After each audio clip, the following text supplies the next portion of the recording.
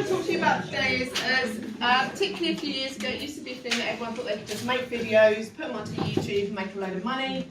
But there are so many other ways that you can work with YouTube, work for YouTube, and create content for YouTube and for YouTubers without having to actually be a YouTuber yourself.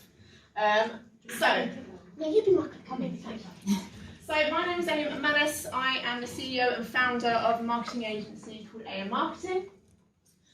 We specialise in YouTube marketing. We specialise in video marketing. We work with YouTube, and I am a YouTube trainer, which means that if a YouTuber gets to around about 100,000 subs, YouTube bring me in and train that YouTuber on how to build their business and how to actually turn their, what is essentially just making videos and putting them online, how to actually make money from it. Yeah, cool. And we've worked with quite a few big brands. So if you've seen a Marvel advert in the last few years, that's probably one of us that put it up and presented it to you. And we know what we're doing. But we've done a lot of work with individuals and small businesses and businesses that are just starting up, all the way up to these big brands. And you can use YouTube for all of them. Cool. Has anyone ever thought, I want to be a YouTuber? Cool. Yes? By the way, that's the right answer, because being a YouTuber is bloody hard.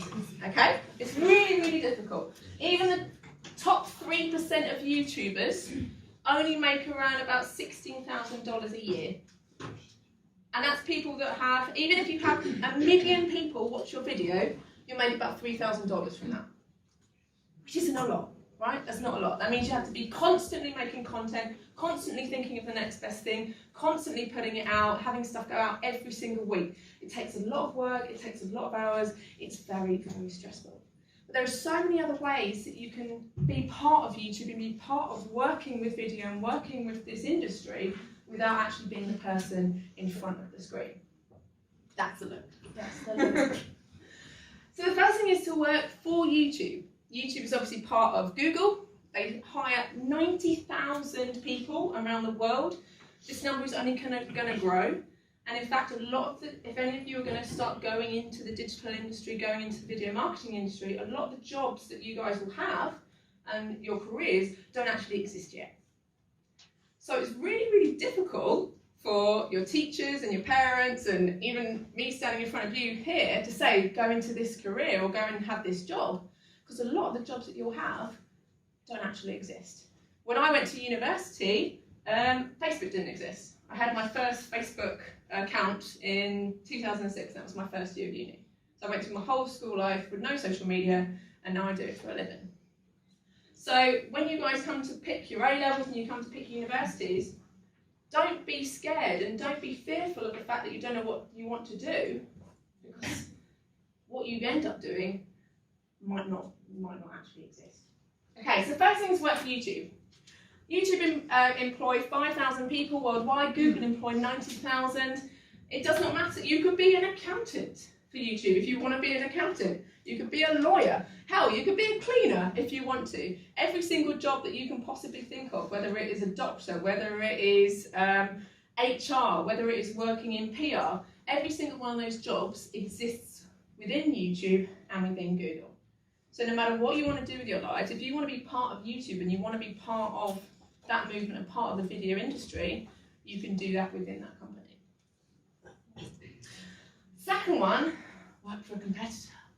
I shouldn't be saying this because YouTube kind of pay my bills, but there are other options to putting content on YouTube and getting paid for it. There are other options to working for YouTube. Has anyone heard of this company? Awesome. So who has a Twitch account? Who watches Twitch like pretty regularly? So Twitch are owned by Amazon. It is a live streaming platform where people go online, and at the moment it's pretty much just for gaming. So someone will be playing Fortnite, someone playing Minecraft, and you're watching that person within their game. I watch my husband watch people play Fortnite or watch people play Hearthstone. I don't really understand it. I don't understand why it's evolving, but it's growing and growing. Twitch, unlike YouTube, tend to actually look after their content creators a lot more. So if you guys are thinking about putting your foot into creating video content and starting becoming a video creator, I would really recommend Twitch be your platform rather than YouTube at the moment. Amazon aren't going to allow YouTube to continue to have such a huge part of the market. And Twitch also allows the content creators to actually be paid, whereas YouTube now is much, much harder to earn money from your video creation content. Again, with Twitch, as with YouTube, if you want to be an accountant for Twitch. If you want to be HR, PR, whatever you want to do, these jobs exist within Twitch at the moment. And this will be a company that for you guys is only going to grow and will also have a huge number of job opportunities, graduate schemes, and stuff that you can do while working for them. Cool. Third option, the best option obviously, is to work for an agency. So it could be that you work for a video agency, it could be that you work for a marketing agency, but what I do and how I work for YouTube is create video content for YouTube. So does anyone know what video marketing is?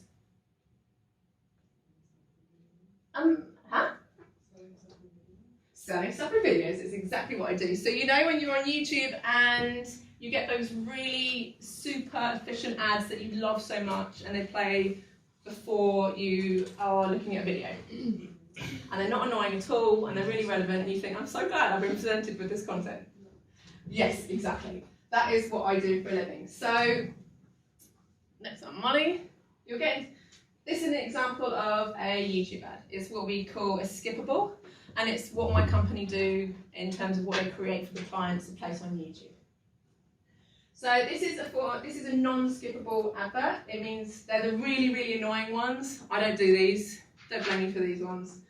But you'll get an ad presented to you that's meant to be targeted to you based on your age, based on your gender, based on stuff that you like, based on what videos you've been watching, because that company has decided, right, this is a person I think is going to be interested in my product. So I've got one from Monday.com. Monday.com is a piece of business software, and I've been presented that because they think, you know what, Amy's probably going to be interested in this for her business. It plays for 20 seconds, I can't skip it. You also get the ones that you can skip after 5 seconds. They're the best because you think, come on, get out of the way. I want to watch this cat video. Next one, money, thank you. Yes, so when we create these YouTube ads, these are just some of the jobs that are required just to make that one 30-second ad or 50-second ad. So when we're working, if you decide, I want to go into video marketing, any of these jobs could be something that you do in the future. Just for this 30-second piece of content, or 50 seconds, or 1 minute, 2 minutes. It could be that you've got a really great sounding voice that is great for advertising. You know what, I'm going to become a voiceover artist. And I'm going to work on YouTube advertising. Or I really love working with graphic design. I love art. And I love DT, or I love CT. And I want to become an animation artist. I want to become a videographer. If you're process driven and you love editing and you love mixing up clips and putting them together to make a whole video, editing. Editors are the unsung heroes of video marketing because they're the guys that take raw footage that the videographer has shot, mix it all up and make that into a perfect ad that sells our clients' products. Video marketers, YouTube specialists, HR accounting, very important for when people need to get paid, project managers, video directors. Honestly, the list is quite endless. And an agency like mine, a smaller agency that you can end up working for, a lot of these things will be rolled into one. So you may find that the person that manages the project is also the director, the videographer is also the editor, but in larger agencies this all gets separated out. And you could have hundreds of people just making one clip. Next one, Mike. So in terms of video marketing, when someone comes to us, when a client comes to us, and this may be something that you guys do in the future if you're interested in video marketing, the client comes to us and they say, guys, we want to sell on YouTube. Or we suggest to a client, you know what, YouTube's going to be really good for you to help market your product, help sell your stuff. So then we begin the research. And if you are interested in research, you really like analysing things, you like looking stuff up, you like creating projects, research analysis is such an important part of creating YouTube content because we need to know what sort of people are going to be interested in this product. Where do they live? What are their ages? What videos are they watching? How much should this product cost? How long should the video be? What kind of content is going to be interesting for them? Where should we say certain things along the video? Research, and the people that do the research for our YouTube videos, is the most important part. We then plan and write. So we hire script writers, we hire copywriters, we hire animation and artists to be able to create a plan of what we're going to say within this video. We then film and edit it. So already we've probably done about 75% of the work before we've got to actually filming the video.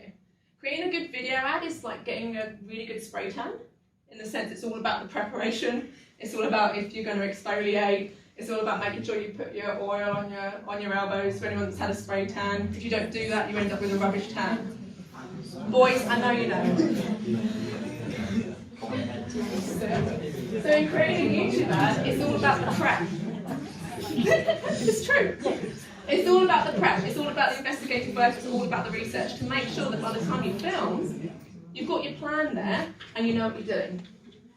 We then upload it to YouTube, we create a YouTube channel, we make sure it's all branded, and we start pushing it to the target audiences that the research has told us to do. And that's when the client starts making money, they start creating a bit more brand awareness, people start buying the product because they've seen the video. What's the most important part of creating a YouTube ad? Come on, guys. Research is the most important part of creating a YouTube ad. Because that's, if we don't do the research properly, it means that we could create an ad that's rubbish, that's not going to work. It means we could waste all of that time on editing, all that time on shooting, all that time on targeting, because no one's going to buy it because the video isn't right and it's not targeted to the right people. And that in a nutshell is how video marketing works. And that in a nutshell is what I do for a living. Cool. So when then you get to this point, you think, okay, this ad's been created and tailored for me. I've been given this ad because I run a business and this may be relevant to me. Although it's extremely annoying because I can't skip it and therefore I'm not going to use Monday.com.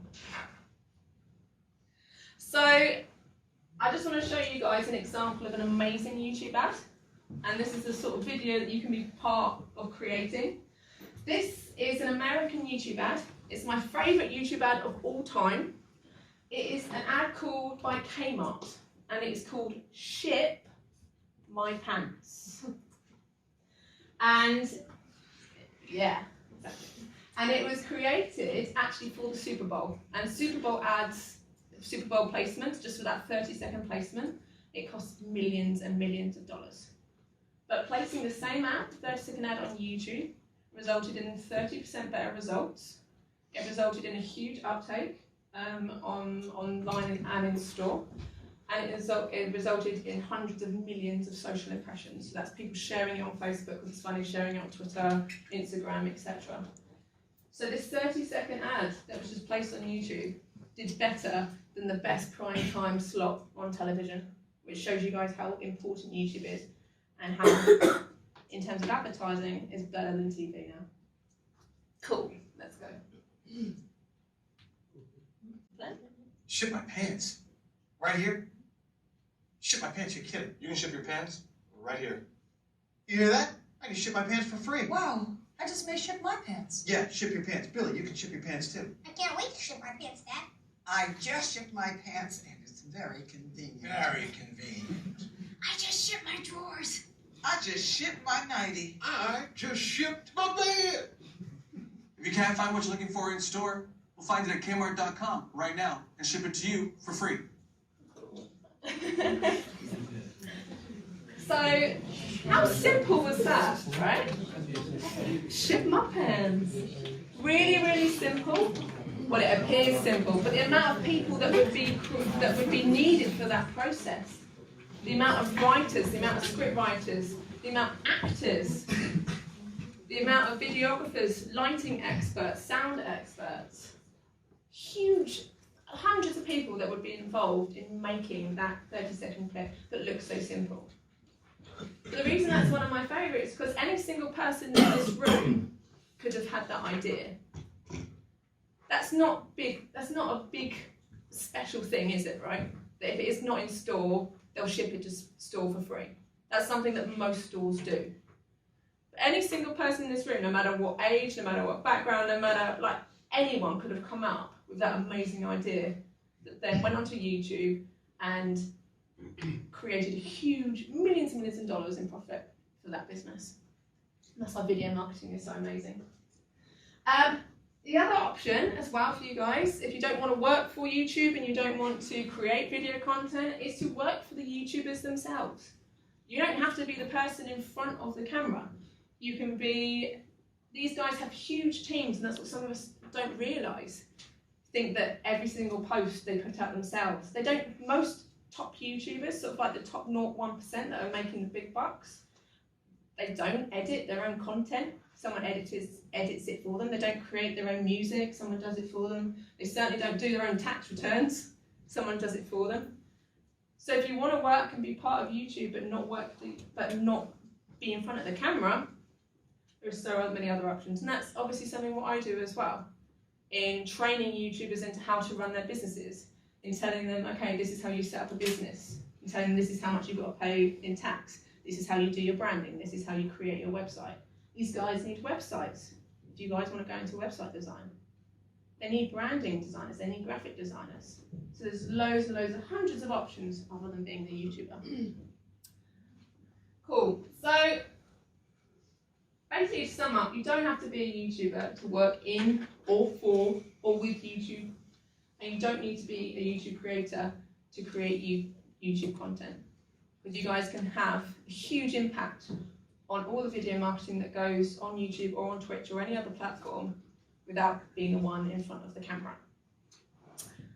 Cool, do we do Q&A now? Or, yeah, cool. So I've got some time to do Q&A before Molly starts, if anyone has any questions. You guys are so shy. Yes?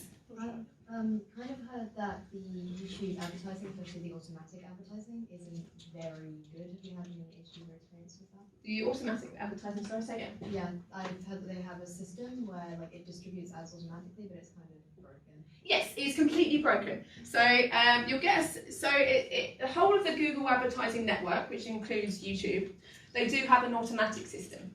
And they have systems whereby what we call bids. So what happens is you bid on whether something is going to show to someone, and the higher bidder is the person that gets the ad shown. That system is broken, because why would you ask Google how much you're going to pay Google? See what I mean? So in most agencies, including my own, we set them manually. A human does it. A human will set those bids. A human will check the accounts. A human will decide what's going to show and what's not going to show, and what's going to have the majority of the budget attributed to it and what isn't. I think that by the time you guys enter the career market, the automatic system will be much better. And it'll be a combination of, when you're doing digital marketing, it'll be a combination of a human and a robot working together, rather than at the moment where it's not really working with a human by itself, and it's better to have a human doing it. Thank you for your question, that's really good. Come on, guys. About any aspect of marketing rather than video marketing?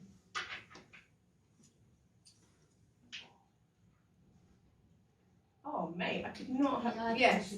What was your career path? What led you into going into video marketing? Okay, thank you very much. I started, a very, very quick summary. I worked in retail. I managed a store. I got headhunted by a marketing company. I used to work for Holland & Barrett making weight loss tea. I then rebranded ferries for a bit in Poland, so completely all offline marketing. I then started working for a woman who put me as MD of her company to help marketing startups. I handed in my notice within 28 hours because it turned out that she was exchanging certain favours instead of paying people, and she tried to forge a cheque from HMRC for £300,000. So I left that company and then started doing work for the people that she was meant to be helping but was stealing money from, and then the business just grew, and that is why I now have video marketing. That is a very short version, and it is like an EastEnders plot. But yes, I kind of owe her everything. Yeah. And you don't speak to her anymore?